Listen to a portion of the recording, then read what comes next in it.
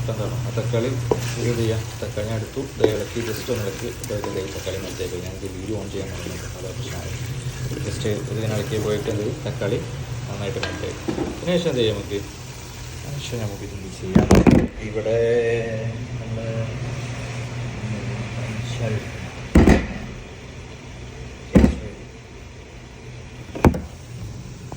ആദ്യം നമുക്ക് ചെയ്യാം.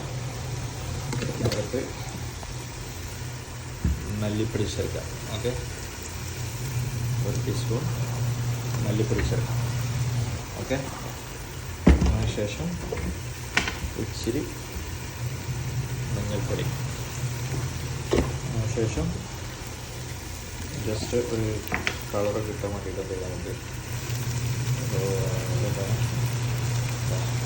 ഇച്ചിരി കാശ്മീരി ചില്ലി പൗഡർ. ഓക്കെ, അതിനുശേഷം എന്ത് ചെയ്യാം,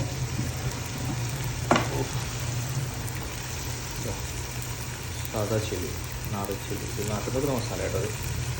അത് ഒരു ചെറിയ സ്പൂണാണ്, 2 സ്പൂൺ അല്ലെങ്കിൽ 1 സ്പൂൺ ഇവിടെ ഈ സ്പൂൺ ചേർക്കാം. ഓക്കെ, അതിന് ശേഷം ചിക്കൻ മസാല. ഓക്കെ,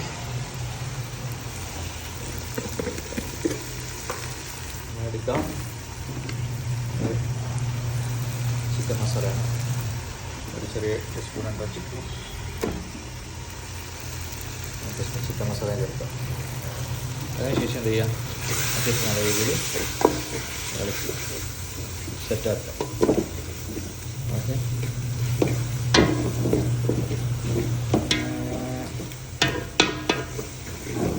ഇങ്ങനെ ആയതിനു ശേഷം വേണമെങ്കിൽ ചിലപ്പോൾ ഏറിപ്പോവും, ചിലപ്പോൾ പാകമാവും.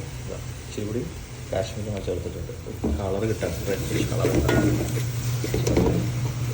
എന്താവും, എരിവ് ഇത്തിരി കൂടും, എങ്കിലും ടേസ്റ്റ് ആവുന്ന ഇതാവും. ഇങ്ങനെ അതിന് ശേഷം വീണ്ടും നമ്മൾ എന്ത് ചെയ്യുന്നു, വീണ്ടും ഇത് അടച്ചു വെക്കണം. ഇച്ചിരി സമയം അടച്ചു വെക്കാൻ പാടുള്ളൂ, ഇച്ചിരി സമയം.